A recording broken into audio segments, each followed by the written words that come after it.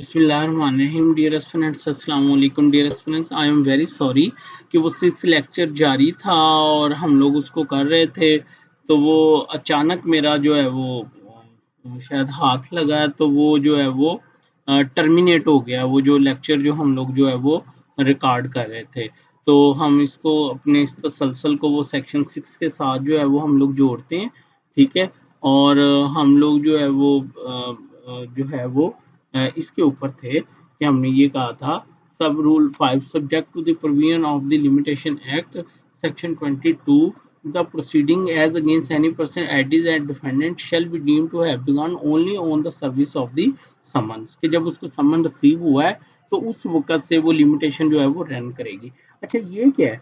Subject to the provision of limitation act section 22। इसके लिए हमें लिमिटेशन एक्ट जो है उसके सेक्शन 22 के ऊपर जो है वो जाना पड़ेगा। तो पहला रूल तो यही बात कहता है कि जब वो ऐड होगा तब से लिमिटेशन जो है वो रन करेगा। लेकिन जो रूल सेक्शन 2 है, सब सेक्शन 2, वो कहता है कि जब मसलन प्लेंटिफ जो है वो यानी उसकी जो parties added are subject owing to an assignment and devolution of any interest during the pendency of the suit, यानी वो जो दावे का राइट जो है वो किसी और को असाइन किया जा रहा है या उस पर डिवॉल्व हो रहा है। जैसे कि लीगल हेयर जो है, बंदा मर गया during pendency of the suit, तो उसके जो फ्री कैन है, लीगल हेयर है, उनको डिफेंडेंट ऐड कर रहे हैं। तो वो कह रहा है उस वक्त वो लिमिटेशन जो है वो जो है वो जो नए डिफेंडेंट है वहां से रन नहीं करनी, बल्कि वो पहले से रहा है। और इसी तरह एक और जो एक्सेप्शन है वो कह रहा है और where a plaintiff is made a defendant, defendant is made a plaintiff.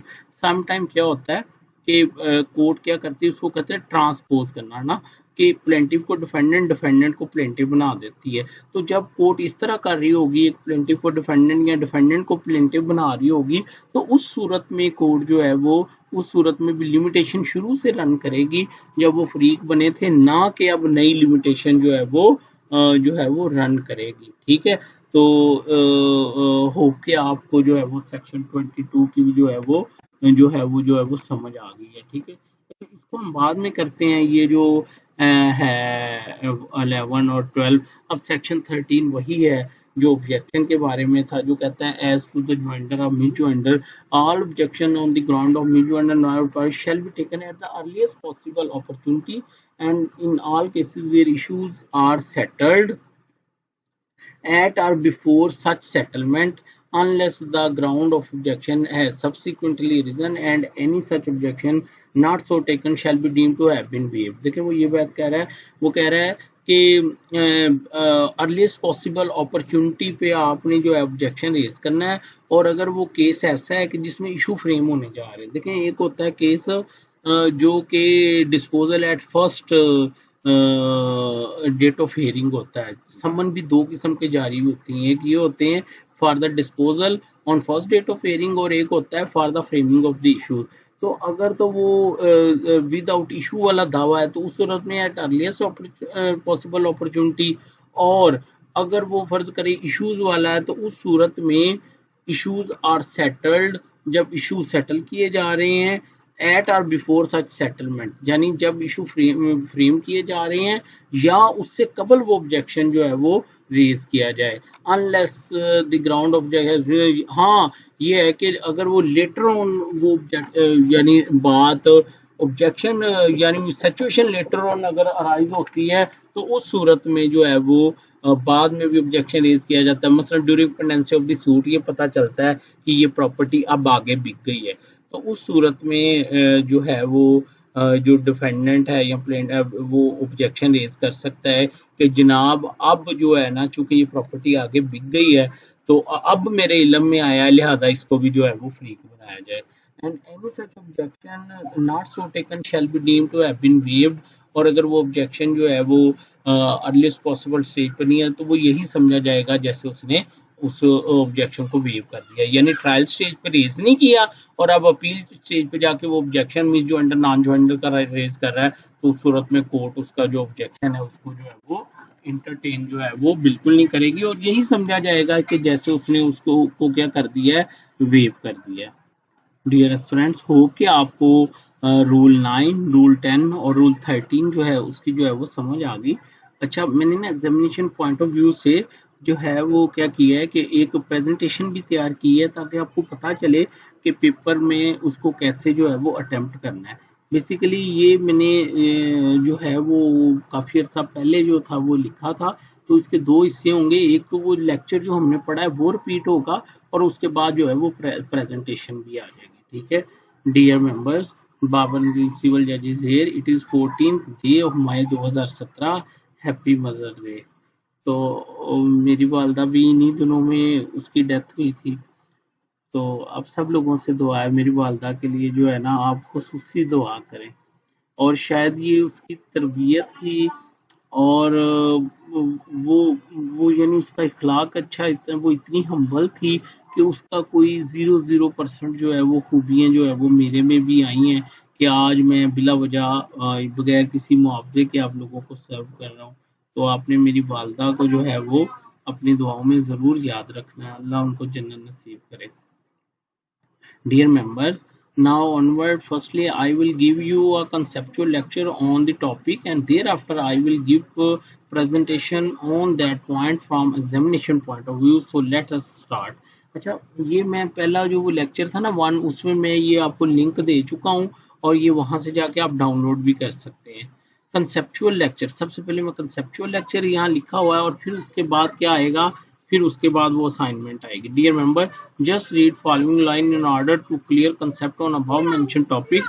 No need to read from examination point of view.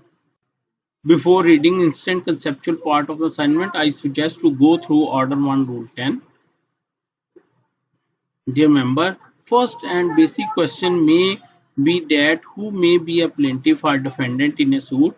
Answer is order 1 rule 1 and order 1 rule 3. बल्कि मैंने आपको बताया ऑर्डर 1 से लेके रूल 7 तक जो है वो यही है कि who may be a plaintiff and who may be a defendant.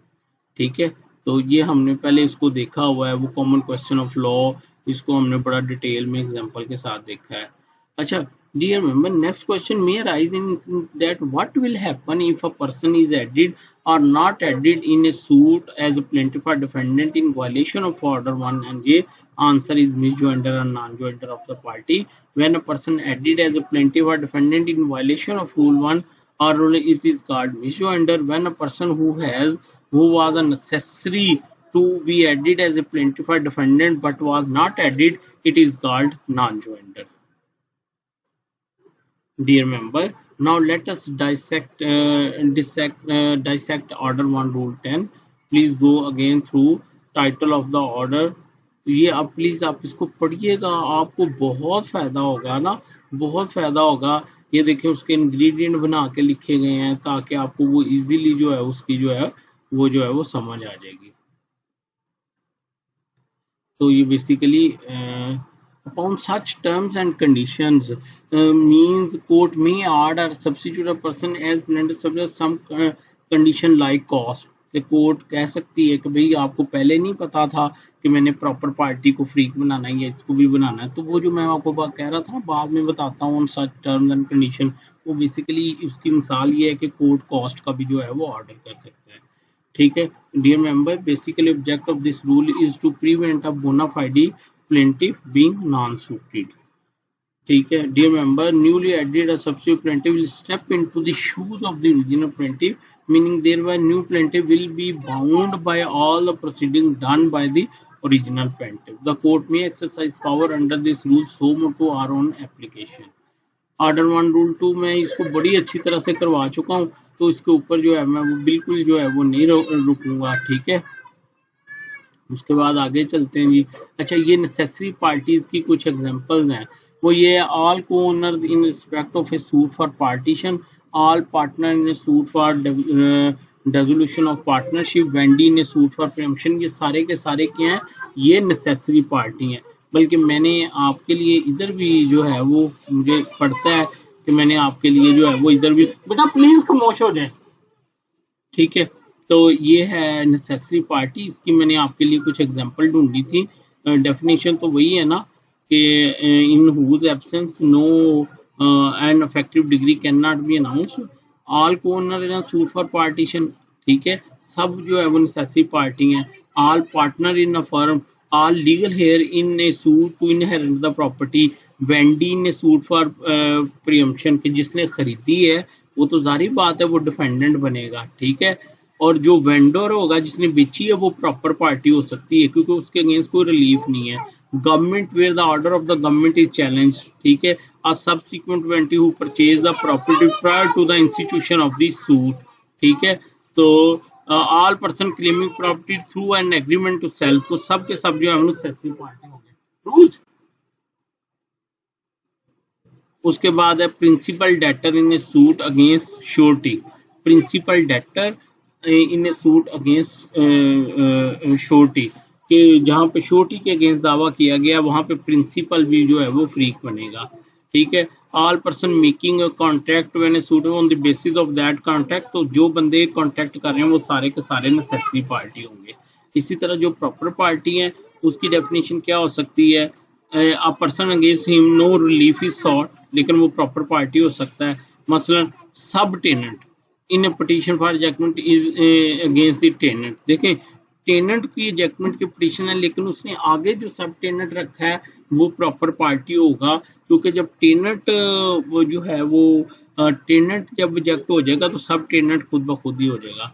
A person who as a party out of which litigation arises, ठीक है, यानी एक आदमी था वो एक सूट में फरीक था और फिर बाद में उस सूट से लिटिगेशन राइज हुई, तो वो जो पहले सूट में बंदा पार्टी था वो अब अगले जो सूट है उसमें क्या होगा, वो प्रॉपर पार्टी कहलाएगा। A person who did not join plaintiff as a co plaintiff, यानी बंदा प्लेंटिफ बनना था लेकिन उसने कंसेंट नहीं दी प्लेंटिफ बनने की, तो उस सूरत में उसको एज ए परफॉर्मा डिफेंडेंट क्या किया जाएगा, ऐड किया जाएगा, तो उसको भी क्या बोला जाएगा, प्रॉपर पार्टी बोला जाएगा।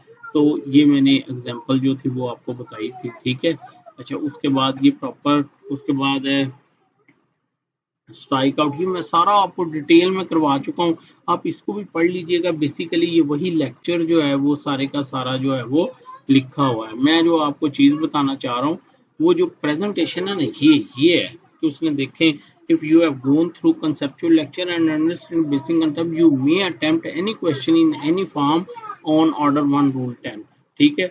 तो it is a quality and not, देखो मैं आज से 3 साल पहले भी यही बात कह रहा था कि क्वालिटी मैटर करती, क्वांटम मैटर नहीं करता। लिहाजा कभी भी पेपर में ये कोशिश नहीं करनी कि मैं ये भी लिख लूँ और वो भी लिख लूँ, हमेशा रेलिवेंट रहना है और प्रिसाइज रहना है, चाहे एक ही सफ़े का जवाब हो। Dear member, let us start try some outline, ठीक है। Can court dismiss a suit when it has been filed in the name of wrong plaintiff, एक क्वेश्चन मैंने बनाया है, तो क्या वो सूट डिसमिस हो जाएगा? No, court can not dismiss the suit, ये रूल 9 कहता है। हाउएवर कोर्ट में substitute right plaintiff with the wrong one subject to the following conditions, relevant law आ गया, circumstances आ गए, ठीक है। तो उसके बाद सर्कमस्टांस के फिर प्री कंडीशंस आ गई कि वो बोनाफाइड मिस्टेक हो, ठीक है, और उसके बाद ज़रूरी हो उसको वो करना। फिर कौन सी स्टेज होगी जहाँ पे कोर्ट करेगी, लिमिटेशन क्या होगी, टर्म्स एंड कंडीशंस क्या होंगी, मोड ऑफ सब्स्टिट्यूशन और एडिशन क्या होगा, ठीक है, कोर्ट अमेंडेड प्लेंट का ऑर्डर करेगी, ऑब्जेक्ट क्या है इसका, ठीक है, to reduce the litigation, to avoid the further litigation, कि अगर एक बंदे को फ्रीक बनाया ही नहीं गया तो वो यकीनन उठ के फिर अपना लहदा दावा करेगा। Mode of exercising power under order 1 on application और सो मोटो भी हो सकता है। फिर एक और क्वेश्चन है, what are the necessary and proper parties, ये क्वेश्चन भी आ सकता है। अच्छा, उसके बाद एक और क्वेश्चन की आउटलाइन तैयार की है, what are necessary and the proper party and what is the procedure to be added, can a court dismiss a suit on the ground of misjoinder or non-joinder of the party, what is the misjoinder or non-joinder, what is its effect and how it may be cured, relevant law, और फिर उसका cross reference section 22 of limitation act, missing meaning of misjoinder and non-joinder। Actually ये सब कुछ जो है वो मैं आपको जो है वो बता चुका हूँ और ये आप डाउनलोड कर लें, इसको आप जो है वो एक दफ़ा जो है वो क्या कर लेंगे, आप इसको पढ़ लेंगे। अच्छा, ये क्या कहता है, हाउ टू क्योर misjoinder और non-joinder of the parties, the impediment of misjoinder may be cured by adding a party, by substituting a party, by striking out a party, or by transposing a party, एक minute, क्या हुआ, गर्मी लग रही है? Transposing party से क्या मुराद है? वही प्लेंटिव को डिफेंडेंट, डिफेंडेंट को प्लेंटिव बना देना, ठीक है। अच्छा, उसका विच पार्टी में बी एडिड, द पार्टी में बी एज ए प्लेंटिव और डिफेंडेंट, रूल 2 के अंडर। रूल 1 में सिर्फ प्लेंटिव का। Litmus test to add a party must be a necessary और प्रॉपर्टी पार्टी। नेसेसरी पार्टी की डेफिनेशन ऊपर दी है, प्रॉपर पार्टी की वो भी मैंने आपको जो है वो बता दी है, फिर उसकी एग्जांपल भी मैंने आपको जो है वो बता दी है, ठीक है। Mode of adding a necessary और proper party on suo motu, ये procedure of for adding a necessary party, limitation, ये सारे का सारा बेसिकली जब आप बेर एक्ट पढ़ लेते हैं ना, तो आप वो सारे का सारा वो कर सकते हैं, आपके लिए जो है वो किसी किस्म का जो है वो कोई इशू नहीं है। तो होप डियर फ्रेंड्स, इंशाल्लाह अब आपको ऑर्डर 1 रूल 10 जो है वो कभी भी आपको जो है वो नहीं भूलेगा, ठीक है। अच्छा जी, अब हम आगे चलते हैं। अब रूल 11 है, वो है कंडक्ट ऑफ द सूट के बारे में। ये नई अमेंडमेंट है। The court shall at the time of framing of the issues give the conduct of the suit such party as deem proper for expeditious adjudication of the suit. अच्छा, इसके एक दो मीनिंग निकलते हैं, वो ये है, देखें, एक तो ये कि जितने भी प्लेंटिफ हैं, ठीक है ना, वो क्या करें कि वो अपना अपना कौंसल करें, जितने भी डिफेंडेंट हैं या जितने भी प्लेंटिफ हैं, ठीक है, और फिर वो उनका हर वकील उसको डिफेंड करे, ठीक है, उसको डिफेंड करे, उसके बिहाफ पे जरा करे। लेकिन अगर कोर्ट मुनासिब समझे ना, तो कोर्ट की किसी एक का कंडक्ट जो है वो दूसरे प्लेंटिफ को भी जो है वो असाइन कर सकती है, दूसरी पार्टी को भी कोर्ट कह सकती है कि इन दोनों का जो कि क्लेम एक जैसा है, तो ये दोनों में से कोई एक जो प्रोसीड करेगा वही दूसरे के लिए जो है वो तसव्वुर होगा। तो एक तो कंडक्ट का यहाँ पे मकसद जो है वो लिखने का वो ये है कि कोर्ट किसी एक बंदे का रोल जो है वो दूसरे बंदे को असाइन कर सकती है, और फिर वो जो दोनों को सेपरेट सेपरेट अपना रोल प्ले करने की, जवाब दाखिल करने की, जरा करने की जो है वो जरूरत नहीं होगी, ठीक है। अच्छा, दूसरा इसका जो मतलब निकलता है वो ये है कि ये कोर्ट ने डिसाइड करना है, जब कोर्ट इशू फ्रेम करने जा रही है, कि कोर्ट ने जो है मसलन एविडेंस पहले किस पार्टी ने देना है, क्या प्लेंटिफ ने देना है, क्या डिफेंडेंट ने देना है। तो यहाँ पे कंडक्ट का मतलब ये भी है कि कोर्ट कह सकती है कि जी कौन सी पार्टी जो है वो पहले कौन सा काम जो है उसको परफॉर्म करेगी, और उसका एम क्या होगा for the expeditious adjudication of the suit. और जो मैंने आपको पहले जो बताया है ना मैंने, वो ज्यादा यहाँ पे सूट करता है कि कोर्ट जो है वो किसी एक प्लेंटिफ का रोल जो है वो बहुत सारे बाकी प्लेंटिफ को भी दे सकती है, और किसी एक डिफेंडेंट का रोल जो है वो बहुत सारे दूसरे डिफेंडेंट को भी जो है वो असाइन कर सकती है, दे सकती है, ठीक है। अच्छा, ये रूल 11 था। उसके बाद अब हम चलते हैं, वो रह गया बीच में, सिर्फ एक रह गया रूल 11। रूल 12 वो क्या है? Appearance of one of several plaintiffs or defendant for others, where there are more plaintiffs than one, any one or more of them may be authorized by any other of them to appear, plead or act for such other in any proceeding, and in like manner where there are more defendants than one, any one may be authorized by any other of them to appear, plead or act for such other in any proceeding.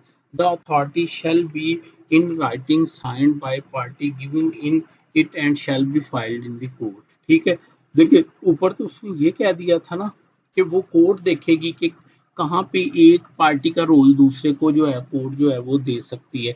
नीचे ये है कि एक party दूसरे को authority दे सकती है कि भाई तुम मेरे बिहाफ पे क्या करो, कि तुम दावे को जो है मेरे बिहाफ पे अपीयर हो, जो मेरे हाथ में, इसको आगे हम रूल ऑर्डर 3 में पढ़ेंगे, अपीयर हो जो, प्लीड करो या एक्ट करो मेरे बिहाफ पे। लेकिन उसके लिए उसकी फेवर में अथॉरिटी, जैसे एक स्पेशल जिसे हम मुख्तारनामा खास कहते हैं, वो उस प्लेंटिफ के फेवर में जो होना है वो होना जरूरी है। मसलन 5 डिफेंडेंट है, तो 4 जो है उसको मुख्तार जो है वो मुख्तारनामा खास दे सकते हैं कि भाई तुम हमारे बिहाफ पे जो है वो दावे को क्या करो, डिफेंड करो, इस पे अपीयर हो, ठीक है, प्लीड करो। और फिर इसी तरह ही जो है वो क्या कहते हैं प्लेंटिफ के लिए, और इसी तरह ही जो है वो डिफेंडेंट के लिए। लेकिन शर्त ये है कि अगर किसी दूसरे प्लेंटिफ को आप एक प्लेंटिफ अपने बिहाफ पे जो है वो दे रहा है, वो क्या कहते हैं अथॉरिटी, तो उसके लिए वो अथॉरिटी होना, यानी वो स्पेशल पावर ऑफ अटॉर्नी होना जो है वो जरूरी है। देखिए वो एक अलहदा चीज़ है कि एक ही वकालतनामे पे सबके साइन हो जाते हैं और फिर वो जो है वो कौंसल जो है वो उनके बिहाफ पे केस को जो है वो प्लीड कर, वो एक अलहदा बात है। यहाँ पे पार्टीज की बात हो रही है कि कब एक प्लेंटिव बाकी प्लेंटिव के बिहाफ पे वो जो है वो केस को, या डिफेंडेंट एक दूसरे डिफेंडेंट के बिहाफ पे केस को प्रोसीड कर सकता है। ये उसी सूरत में हो सकता है कि जब वो उन्होंने एक दूसरे को स्पेशल अटॉर्नी दिया हो, या फिर उन्होंने ज्वाइंटली जवाब दावा दाखिल किया हो और एक ही वकालतनामा दिया हो, तो उस सूरत में भी एक प्लेंटिव जो है वो दूसरे को क्या कर सकता है, वो कर सकता है। तो उस सूरत में भी एक प्लेंटिव दूसरे के बिहाफ पे जो है वो क्या कर सकता है, कोर्ट में केस को जो है वो प्लीड कर सकता है। तो डियर फ्रेंड्स, अल्हम्दुलिल्लाह अल्हम्दुलिल्लाह ऑर्डर 1 जो है वो कंप्लीट हो गया। होप मैंने कोशिश की है कि आपको जो है हर तरह से कम्युनिकेट किया जाए। देखिएगा, कमेंट कीजिएगा। Thank you so much. मुझे अपनी दुआओं में याद रखिए।